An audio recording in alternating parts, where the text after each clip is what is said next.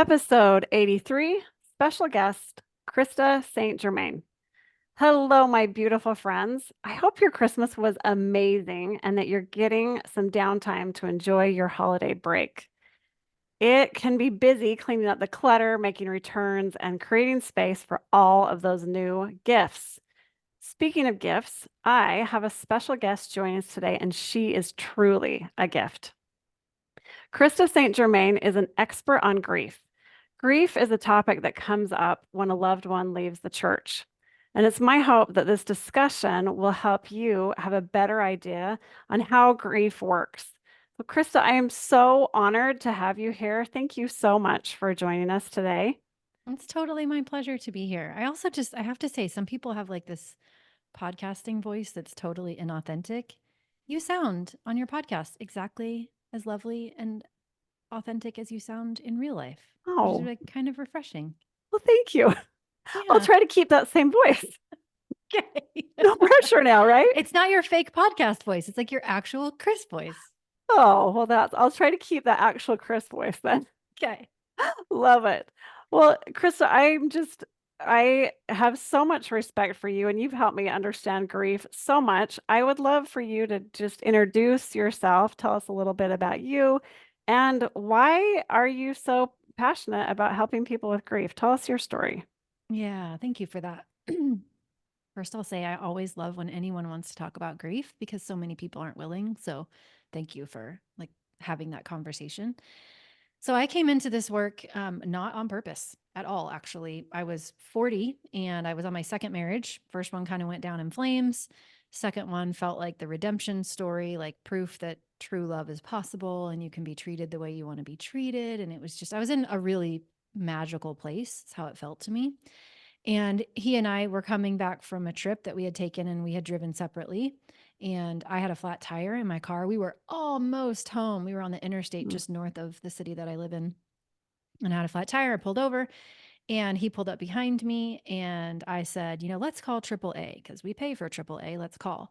No, baby, I'll just change the tire. We'll get home faster. I just want to get home and cuddle and like, I'll just change the tire. So he's digging into the back of my trunk trying to get access to the spare tire. And I'm standing on the side of the road texting my daughter, who was 12 at the time. My daughter was 12, my son was 9. And I was texting her to tell her we'd be late. And it was like 5:30 on a Sunday. A driver that just really didn't see us. We had our hazard lights on, but he didn't see us. We also found out later that he had meth and alcohol in his system, but he crashed Oh, right in between the back of Hugo's car and trapped him in between his car and my car. And it just felt like in that 24-hour period, I went from, well, life is amazing. My best days are in front of me to just the rug being completely ripped out from under me. And what I very quickly learned, even though I had a great therapist, thankfully, what I very quickly learned is that what I thought I knew about grief wasn't actually very helpful. In fact, most of it was outdated. It wasn't useful to me. It was actually kind of harmful. And fast forward, having to do my own research and figure out what I know now, I don't want other people to have the same experience that I had. I don't want them to be falling for the same outdated information and myths about grief that I did. I want to give people tools and help them have easier experiences of grief because we're all going to have grief at some point in life, you yeah. know? And so that's why I do what I do. So specifically, I host a podcast called the Widowed Mom Podcast, and I work with widowed moms. But whenever I can make someone's grief experience easier, that's what I want to do. So here Wow. we are. I just Yeah, I just want to give you a hug through the screen. I can't imagine how hard and how amazing it is that you are using that experience to go and help other people with their hard things. Um, I'm so sorry. This is probably really inappropriate to tell you this right now. I'm in my office and I'm on the second floor.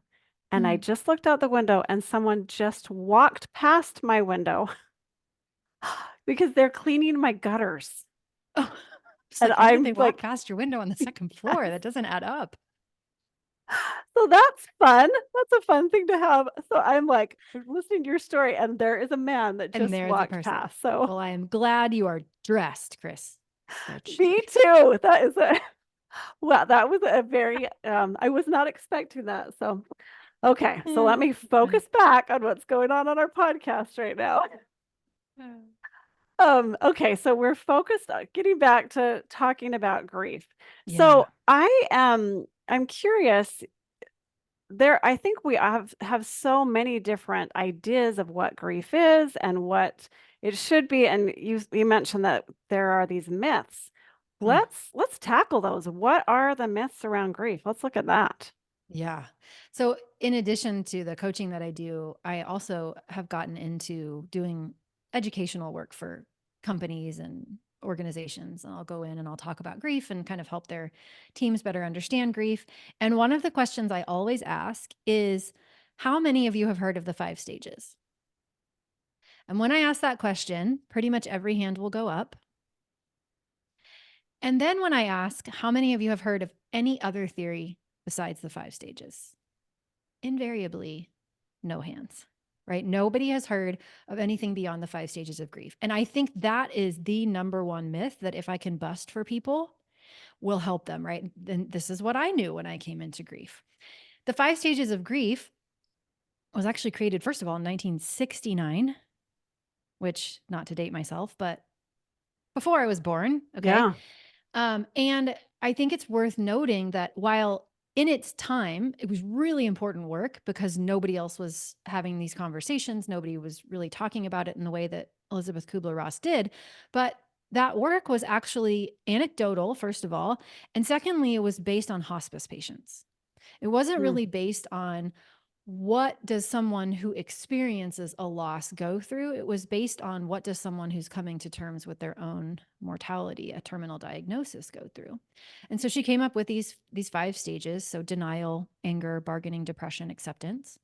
And she wrote a book called On Death and Dying. And then later she wrote a book called On Grief and Grieving. And she took those 5 stages from the death experience and then applied them to the grief experience.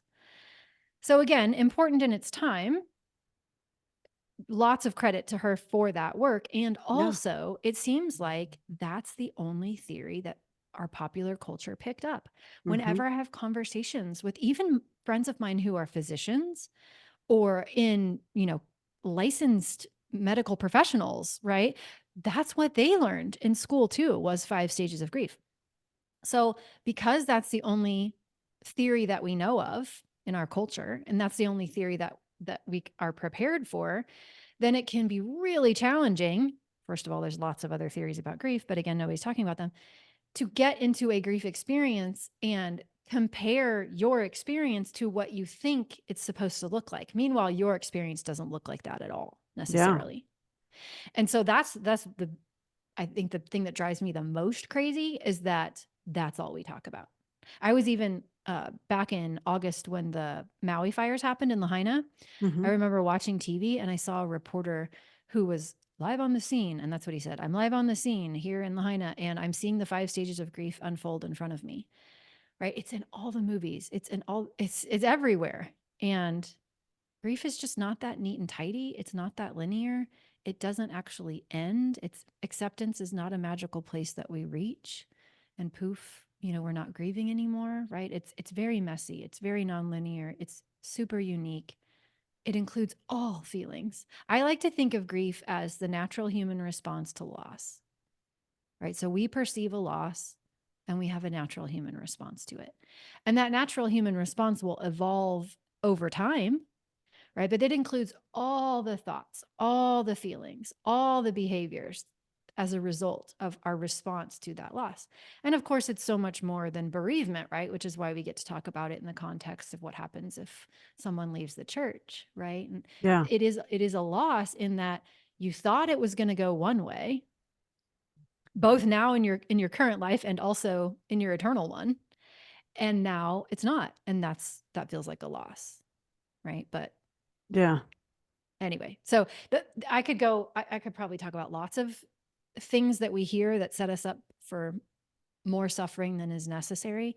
But gosh, 5 stages is just such a big one. That, and it's another thing that I hear a lot of times when someone has a partner that has left the church, they say they're still in this angry phase. You hear that all Mm, the time. And yeah, I think that can be, it's it can be damaging because you have this expectation that, okay, and then it's going to move on to this one. It's like you said, it's not that neat and tidy.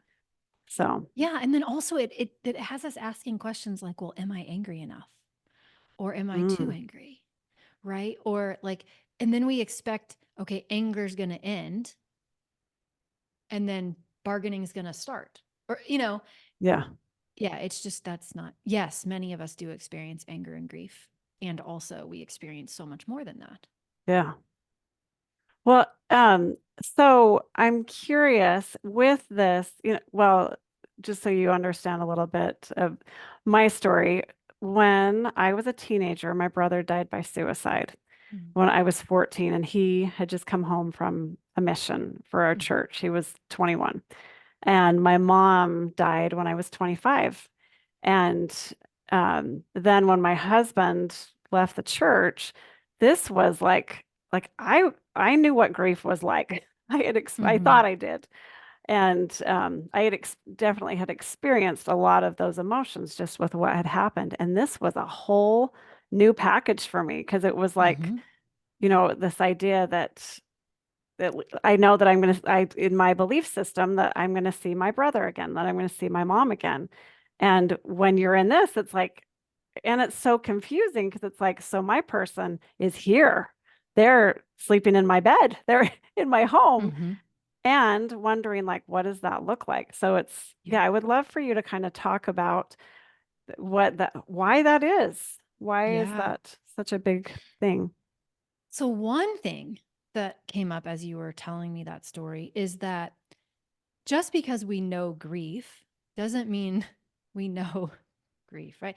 We know what it's like to have a type of grief or a grief experience, but grief experiences can vary wildly from one to another. So that can be really surprising when we expect that it's going to feel the same or be the same or similar even to what it was before. And maybe it will and maybe it won't. So nothing has gone wrong there. But again, if we're expecting it to be something that it doesn't turn out to be, that can be challenging. How do we support ourselves in that? Also, though, there are some names for what that grief experience is like, right? So a couple that come to mind, well, actually, three we could talk about. Anticipatory grief, one of them, right? Anticipatory grief is when we are grieving something that hasn't quite happened yet, but we know it's coming, Hmm. right? So that's what came to mind as you were describing I'm living with this person. They're still here. And also, I'm anticipating that in the future, when I expected them to be there, where I think I'm going to meet my brother and I know I'm going to meet my mother, now is this person going to be with me? I'm anticipating the grief of that, even though it hasn't happened yet. Yeah. Also, potentially cumulative grief, right? Where we have one grief and then another and then another. And, Yeah. they can kind of build up essentially. Also, I imagine that you have because you I probably have a lot of friends in your circle that are, in your ward and like close to you and they have similar faith traditions that you have. There are some people that get it, but then there are probably a bunch of other people who don't really because Hmm. maybe they aren't in your faith, right? And so then that experience is kind of what we would call disenfranchised grief, Mm. where they're like, what's the big deal again? Like he's still here, you're still with him, Yeah. right? It's based on their norms and their beliefs and their understandings of the way that the world works for them. Your loss doesn't feel like a loss to them, and so they don't really get it and know how to support you. So And I think that's a big thing, even with myself and my clients that I work with, a lot of times it is our spouse that has that where we experience that disenfranchised grief because it's like, yes, what is your deal? Why are you so upset? I'm still right. We're here. still married. I'm still here. I'm still with you. I'm still the same person. We hear Yeah. that all the time. So I think Yeah. that's exactly where that would fit in. That Yeah. Makes so much definitely sense. comes up. Yeah.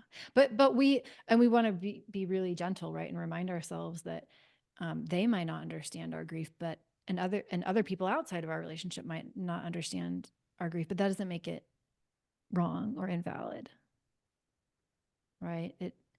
We're having it feels like a loss to us, Yeah. therefore grief.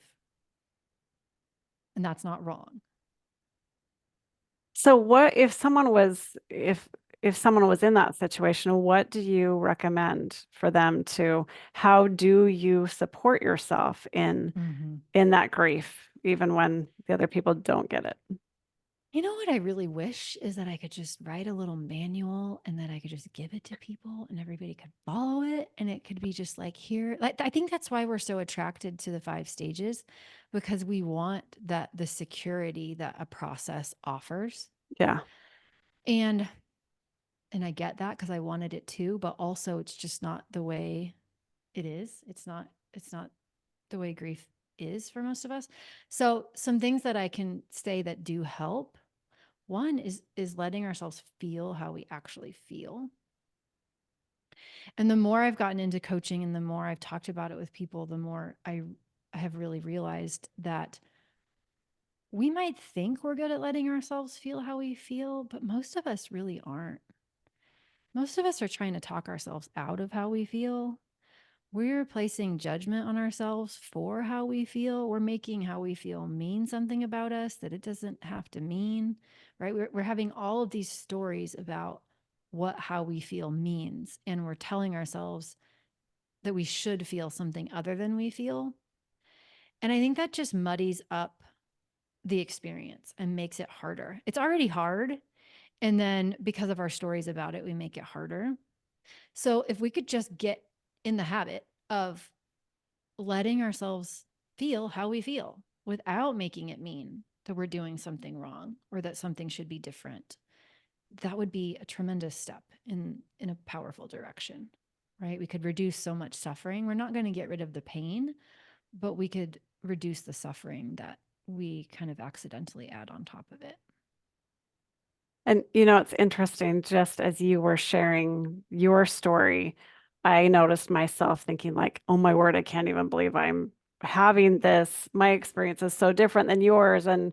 And we compare our atrocities and think there's like a certain almost like we have a ranking system or something like it's appropriate for Krista to feel this grief, but not as Right. much for me. We have this Yeah. idea of what is, yeah, we definitely compare our grief to other people. And I'm all for comparison if we use it in ways that are supportive. So if we if we say, okay, well, she survived this and so then I probably can too, Yeah. right? Then there can be a lot of value in that, but how we often use it is, well, mine is worse or less than, as opposed to, you know, the grief in me sees the grief in you, Mm. right? We don't use it as ways to connect. We use it as ways to disconnect. I love that. The grief in me sees the grief in you. Yeah. Yeah. It's a hard experience. This whole being a human is hard. It's a kick in the pants sometimes. Sometimes perpetually. Yes, over and over again. Yeah. Yeah. Um, so I would love for you to share like how do you when that grief comes up, give Mm-hmm. us some ideas on how to allow that grief. They've heard me Mm. before, but I would love your take on it. Mm-hmm. Yeah. I have lots of tools that I like. Some of my favorites. So I'm a huge proponent of tapping. I don't know if you talked about tapping on your podcast or not, but I haven't. anything that, Tell us about okay, it. anything that can create safety in the nervous system, right? Because sometimes our body, even though we're physically safe, we're not actually in danger. Our nervous system is responding like we are, right? Yeah. And when that's happening, it's not really something we can think ourselves out of. We usually don't even have access to the part of our brain that allows for, executive level thinking and functioning. Um, so we have to have a way, or we do better when we do have a way of helping our body understand that we actually are safe so that we can allow a feeling. And so tapping is just a way that you can use acupressure points on your body to reduce stress, to lessen cortisol. It's literally like an off switch for your body's stress response. It tells your sympathetic nervous system that, hey, you don't need to be on right now. we can get back to rest and digest. So I love tapping. Something even as simple as putting your hand on your heart. This is what I teach people when I call it a grief grenade. You know those moments where it sneaks up on you? And yeah, like Yeah. you're happy, unaware, and then all of a sudden something happens and it catches you off guard and you feel this kind of intense emotional experience. I call it a grief grenade. And so just putting your hand on your heart, which is a way of telling your body that you're safe, right? Assuring Mhm. yourself. And then taking a couple of deep breaths, right? And just reminding yourself, this is just a grief grenade, right? Like I can handle this. Those ways help. And then probably the most exacting process that I tend to teach for how to feel a feeling is called NOW. I like Mm. acronyms, so I made one up that helped me remember it and helped other people remember it, which is name, open, witness. And so essentially what we do is name the emotion, give it a name. It doesn't have to be exact, right? If you're not sure if it's anger or frustration, it doesn't matter, just pick one, right? But this is anger. And then open up to it, which is counterintuitive to what most of us were taught to do. And it requires practice, right? But open up to it. So literally, you can say out loud, I give you permission to be here, right? It's like you're getting in a car and you're giving it permission to come with you on the trip. You're not giving it permission to drive, but you're giving it permission to be with you in the car, right? Yeah. And that opening process can sometimes be very physical too, right? So if you notice yourself wanting to pull forward and kind of go inward or like fetal, Mhm. then the opening can be bringing your shoulders back and opening up your chest and inhaling, right? Doing when your natural inclination is to get away from or avoid, the opening process is doing what we can do to do the opposite of that, to actually give it permission to be there, open up to it so that it will flow through us, right? Just like we wouldn't clamp down on a labor pain and tell ourselves the labor pain shouldn't be there. We don't want to clamp down on an emotion and tell ourselves the emotion shouldn't be there either. We give Yeah. it permission. So we name it, we open up to it. And then the witnessing part is just where we actually, instead of getting caught up in the story of what's happening and continuing to feed off of that story, right? So if we're feeling angry, then that would look like just finding more things to be angry about and then kind of justifying our anger, or, maybe we're behaving in angry ways, we're taking angry actions. But instead of doing that, we actually get out of our thinking brain and we go into our body and we watch what happens. We witness, right? So where is that feeling being felt? What is that experience of feeling that feeling like for me? I tend to notice a ton of emotions in my throat, like Mhm. probably the majority of emotions for me in my throat. So, I'm just noticing, what is it like? What is it? Does it have a texture? Does it have a temperature? Does it have a rhythm, a speed? Does it remind me of something? Is it like a brick? Is it like a bowling ball? Does it make me want to do anything? I'm just witnessing my own experience and watching it dissipate. Have you ever seen the movie Inside Out? Yes, love that movie. Pixar? Yeah, it was on my mind this morning. So, that scene, listeners, if you have not seen Pixar Inside Out, you must go Go watch it watch it immediately. tonight. And a sequel is coming. So that scene where so the characters, right, are all emotions in this little girl's head, basically body. And Joy is kind of in charge and she does not really know what to do with sadness, right? Like she's constantly trying to like put her in the corner and like keep her from damaging things. And she just feels like sadness is a problem and she doesn't really know how to deal with sadness. And at one point, sadness is kind, I mean, she's kind of a mess, right? And Joy's like, I don't know what to do with her. Yeah. And then at that same moment, do you remember this when Bing Bong comes? Bing Bong, the imaginary friend, he like sits next to sadness and just talks to her about what it's like to be sad and why she's Mhm. sad. He witnesses her sadness. Yeah. And in seconds, she's like wiping her tears and she's over it, right? And I don't say over it as though it was ever a problem in the first place, but it was a transitory experience. And because he witnessed it, then it flowed through. And so that's what we're trying to do, right? Is be our own witness. So what needs to happen and what our body knows how to do will happen because we're not interfering with it anymore. We're just letting it happen. And a couple of minutes and it's gone. So name, open, witness. Love that. And I love, love, love the grief grenade. I've shared that with my that heard you share that once, and there's so Mm-hmm. many times where in mixed faith relationships where maybe you see, like, you look at your wedding photo in front of the temple, or you're sitting in church and you see someone scratching their partner's back, and Yeah. it's just like, ah, those, yeah, those times where I think they come up a lot, and just also to just recognize, like, oh yeah, that was a That grief is, grenade. yeah. That, of course it makes sense. Of course I'm going to feel this when um it's normal to have It's these times come totally up. normal. Yeah. And I also like making sure people understand the term secondary loss because I wish I had understood that. I wish I had understood what secondary loss was. So the primary loss is what we actually lost, right? The initial, so in my case, my husband. So in your listener's case, it would be that they said they were leaving the church or that they left the church, right? That's the primary loss. Then the secondary losses, these are the death by a thousand paper cuts. These are the things Mm, that just keep coming that we can't even necessarily predict because they haven't happened yet, right? These are yeah. the things that happen, the losses that we feel because of the primary loss, right? That just keep happening. So those are those moments where you see somebody with their partner and you feel the feeling of that. Or, I mean, I don't even, there could just be so many that just keep coming. And if we have bought into grief ends and time heals, then when those secondary losses, which are very normal, when those losses are felt, we can we can mistakenly make ourselves wrong. Right. Well, I was doing so good and now I'm slipping Yes. backwards, or I must have Yeah. done something wrong, or I'm not very good at this, or I should be further along than where I am.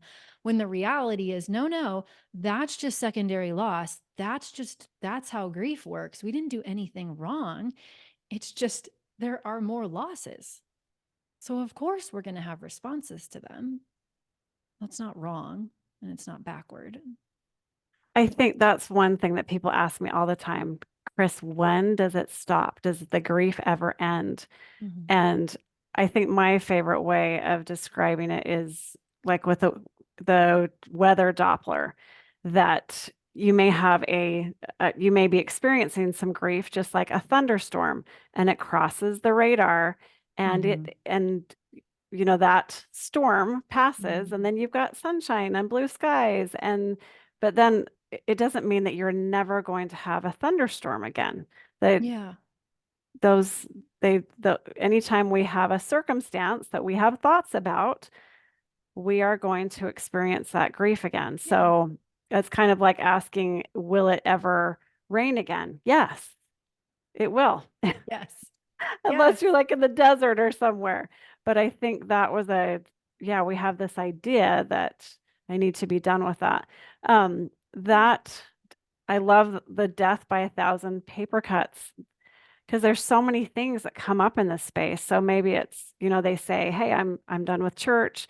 And then maybe they decide they want to start drinking alcohol, or they decide they want a tattoo, or then like in my case, I've got three kids, and all three kids, I was so worried that they were going to leave the church and that they would drink alcohol. And so it's Mm-hmm. just all of these, that anticipating the grief. Mm-hmm. And, I think it's so fascinating. I spent so much time anticipating that grief, and some of those things have happened. And it's almost more, that anticipation is almost harder than the actual thing, because it's like, okay, this happened. I don't love it, but Yeah. yeah, it's fascinating how much time I spent worrying about what was going to happen. Yeah. And I think that's consistent. I think you're not alone in that. And for the women that I work with, it's a little bit different because, for the most part, it's anticipating something in the future that they think will be awful, right? This is where it's similar. But really, what they're anticipating that they think will be awful isn't so much the thing that will happen, the tattoo, the leaving the church. It's how we're going to feel Yeah. when that happens, which is why if we can get better at feelings, we feel less anxious, right? We anticipate it being less awful because we know, if this is potentially going to happen and I were then to feel sad, whatever the emotion is, And I also believe that I have the ability to allow sadness to flow through. I've shined the light under the bed and sadness is no longer a monster. Yeah.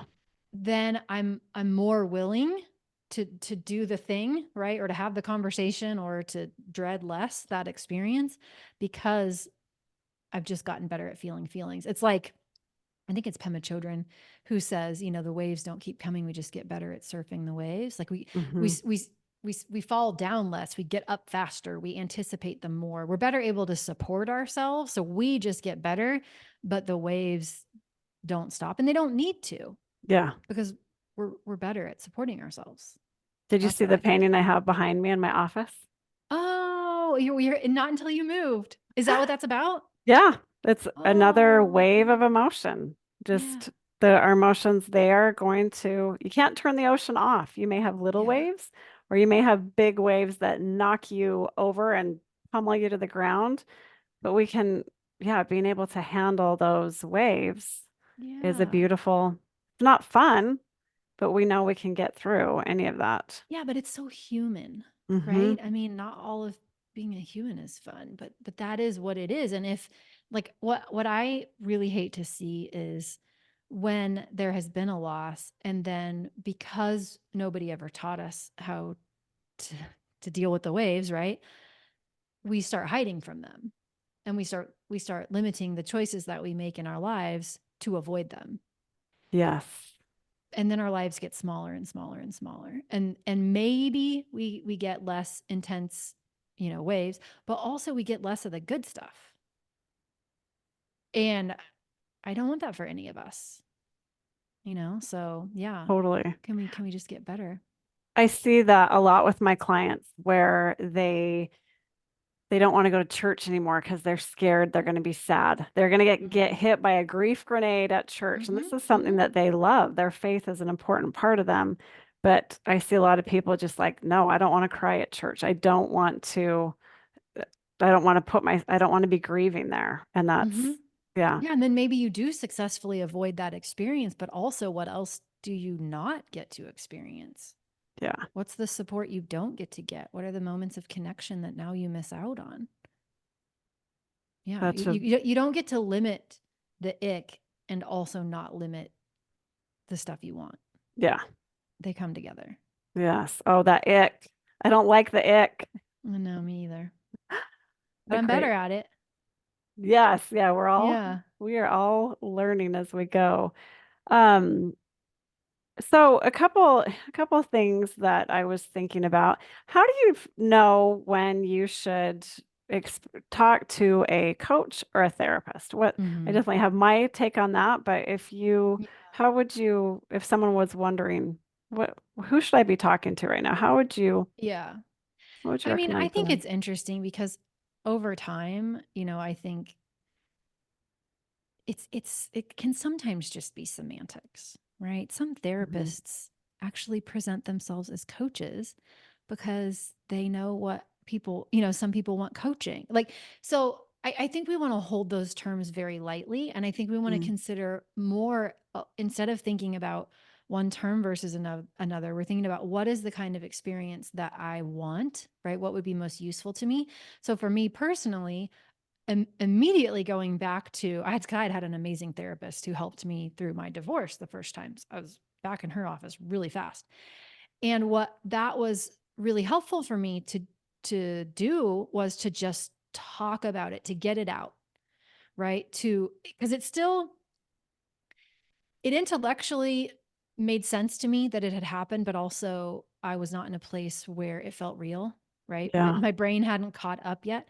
And so it felt very good to me to be able to talk to somebody about it and be super honest and not worry about them knowing me or them feeling bad or me trying to take care of them if I, you know that's what Yeah. happens with your friends is sometimes you're like, well, I'm telling you about how bad I feel and then you feel bad, now I got to take care of you because you feel Yes. bad about how I feel. And I just wanted somebody who was like neutral and I could just go and vomit on, and I didn't really want to change anything in that moment. I just wanted to be witnessed, Hmm. and therapy was a great thing for me at that time. Then what I found, and again, Everybody's experience varies. But what I found is that I got to a place where I kind of plateaued in what I was wanting. And what my therapist was telling me was, "Oh, you're doing so great, right? You're doing great." And I get why she was saying that, but also what I really then needed and just happened, it was just like the perfect timing, right? I came out for air, like found myself in this kind of plateaued place, and then immediately found a coaching program that was perfect for me. And that was at the place where I was ready to start thinking about my thinking, right? In early acute grief, the grief fog was intense. I couldn't retain information. I couldn't read, and process. Like everything felt completely upside down. My hormones were out of whack. I wasn't sleeping well. That is not the time where I would have been very well served by cognitive work. Yeah. Right. Now, if somebody could come in and could have taught me how to feel my feelings at that point in time or taught me how to tap, that would have been really powerful. Right. But definitely, I was not prepared to hear, that thought you're having that your best days are behind you. Did you know that's a thought that you don't have to think if you don't want to? I was not in that place. Right. Mm-mm. But then there was a place where that was very appropriate for me. And that's what I got from coaching. In fact, I don't know if I ever told you this, but I had decided to become a therapist. Did I tell you that? No, that's So awesome. so my therapist was like, because listen, there is nothing that makes you question what you do for a living more than a huge loss that you did not expect, right? When you have a Mm. huge loss that you didn't expect and it just shakes you to the point where you go, okay, wait a minute. Is If life is this short and this precarious, am I doing what I want to do? Yeah. What am I even doing here? Right. And that was the moment I had because I worked for a Learjet and I worked my husband was an engineer. He loved planes, obsessed with planes. It was his favorite thing. I was just there because it paid well. Really. I mean, I like the people, but it wasn't like a calling or anything. It paid well. And I was like, all right, this is not how I want to spend my time. I don't know what I want to do, but I want something that makes me feel like I'm doing something that's adding value to the world. So my therapist was like, you should become a therapist. Become a therapist. I'll help you get into an MFT program. And then when I'm ready to retire, you can buy my practice. I mean, she had it all planned out. Yeah. And so, yeah, right. I mean, why not? So I was literally in the process of, I had applied for an MFT program. I was waiting for it to start. I was taking an abnormal psych class because I didn't have that from undergrad and waiting for that program to start. And at the same time, I discovered coaching and I had such a different experience with coaching than what I had had with therapy that I just completely abandoned the idea of becoming a therapist. I was like, nope, forget it. It's coaching for me. That's what I want to do. And that So, that was all she yeah, I mean, wrote. that's all she wrote. And will that be everyone else's experience? No, not necessarily. Do Yeah. a lot of therapists have the tools that I use as a coach? Probably. The most important thing is advocate for yourself. Recognize where you are and what would be helpful to you and make sure that you don't stop looking until you find what you need, right? And it's Mm-hmm. okay if it's not therapy and it's okay if it's not coaching, but what do you need? And it's okay if it's therapy, but not with that therapist, or if it's coaching, but not with that coach, or if it's both. Yeah. Yeah. But we have to own that and we have to advocate for ourselves. And most importantly, I think we have to decide that we're worth the quality of life that we want. Mm. And then we figure out the how. And we don't just go, well, I guess this is what it's like when your spouse leaves the church. I guess it's just always going to be this way. I guess this is the new normal that they talk about, with that tone of resignation that says, I don't get to have the human experience that I want to have because this awful thing happened to me. We don't quit there. I love that. Yeah. And I think that's a big well, okay, that makes me think of you have I've got all these different questions I want to ask you now. You have you're the person that introduced me to the concept of post-traumatic growth. Mm-hmm. And can you tell us a little bit about that and what that might look like in a mixed faith Yes. relationship? Yes. I remember hearing post-traumatic growth, and it was like a record scratch moment where you're like, wait, what did you say? What? Because Did everybody you knows mean about, stress? yeah, right. I know about post-traumatic stress disorder, but what's post-traumatic growth? So post-traumatic growth is a phrase that was coined in the mid-90s by a couple of researchers. Tedeschi and Calhoun were their last names. And they were noticing in some studies that, and some of their work was about widows actually, was that there was, for most people, an experience where they would have a particular level of wellness or quality of life before a trauma, and loss can be traumatic. And then after that loss, then their level of wellness or quality of life would dip down, and for some people it would stay there, right? For other people it would dip down, but then it would bounce back to where it was before the loss happened. But then there was this third group where it would dip down, but instead of just bouncing back, it would actually bounce forward. Those people are actually reporting higher levels of satisfaction with life, higher quality of life. And it wasn't in spite of what had happened. It was actually because of what had happened. It was Mhm. because of what they had decided to do based on what had happened. And this to me was like mind blowing because it really broke apart the story that was in my brain and felt so true to me about how it couldn't possibly be be as good as it was going to be. It just couldn't be, right? Yeah. Couldn't be. And and so then post-traumatic growth comes along and says, "Oh, but wait, Yeah. actually, we aren't the ones that get to decide what happens to us, but we're always the ones that get to decide what we want to make of it, who we want to be in light of it." And I like to think about it like a tornado. I live in Kansas. We have tornadoes, so this is easy for me. But I like to think about it like a tornado comes and it knocks down your house, right? So this is like your spouse says, "I'm leaving the church." You did not ask for that tornado to come, right? But it came. There it is. Hmm. Now your house is leveled.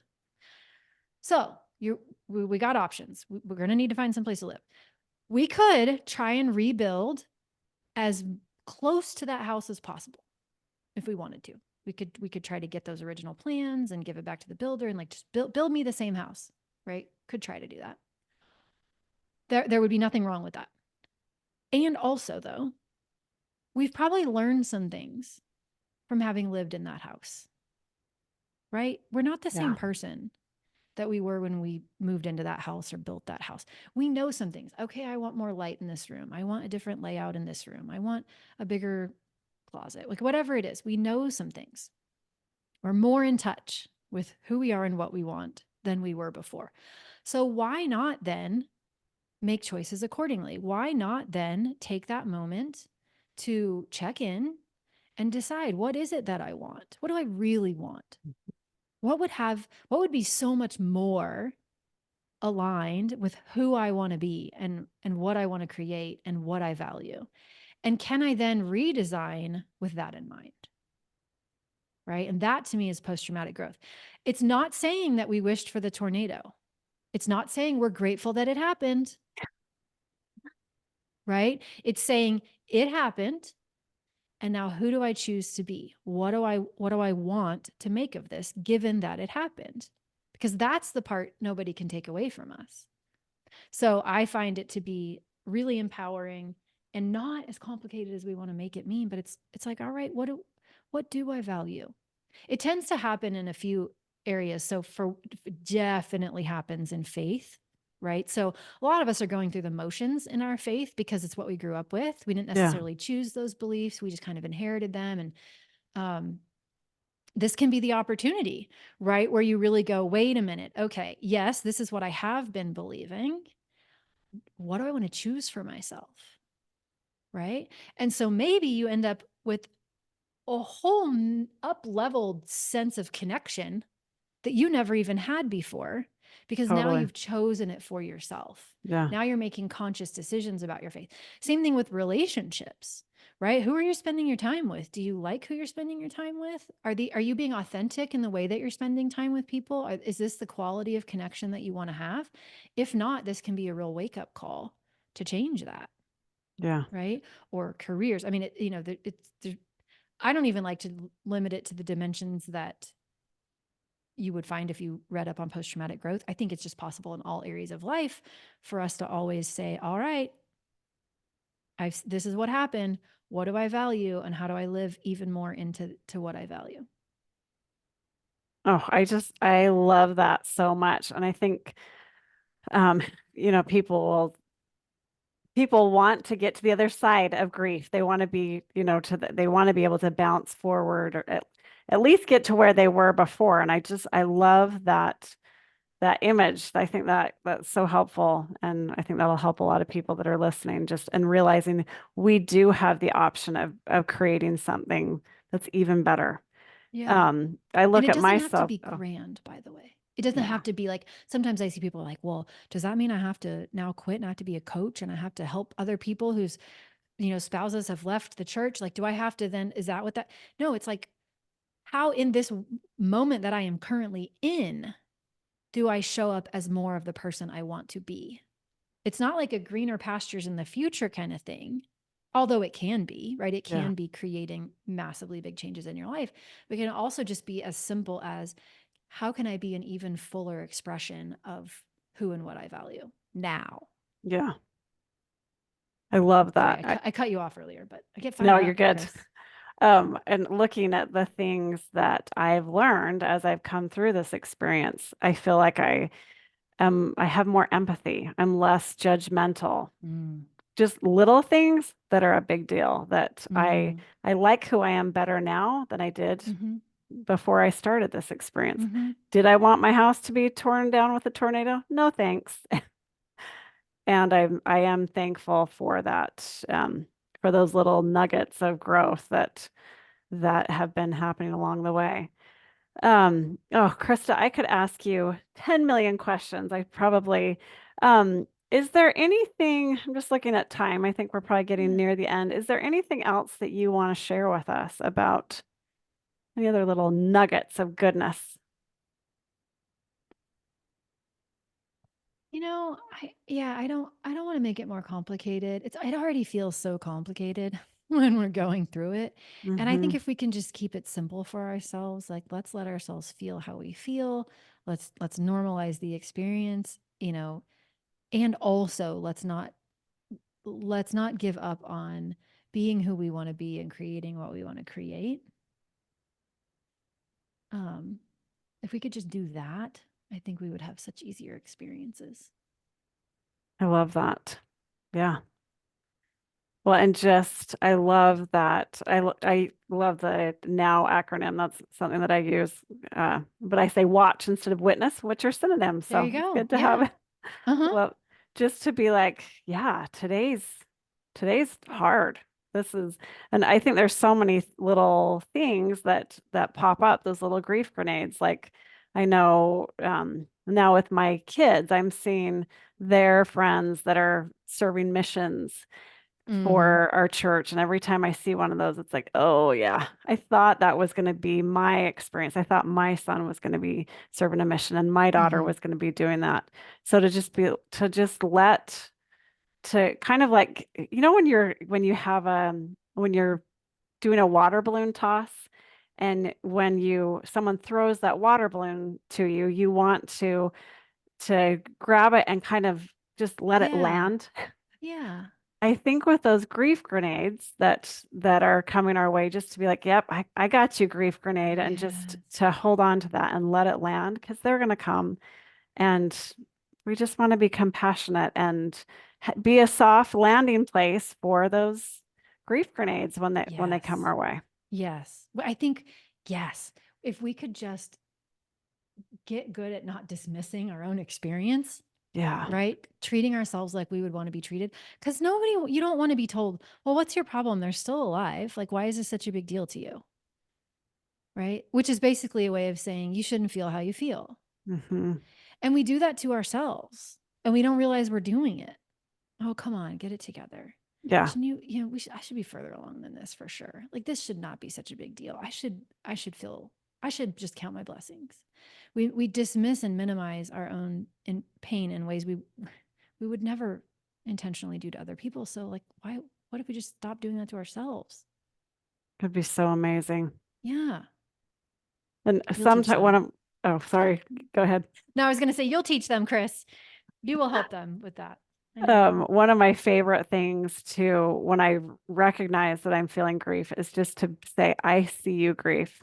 I Mm-hmm. come on in. Yeah, Yep. You are here and you're welcome, opening up to it like you were talking totally. about, instead of just like, nope, I can't handle Yep. this right now, Yep. to let it come in.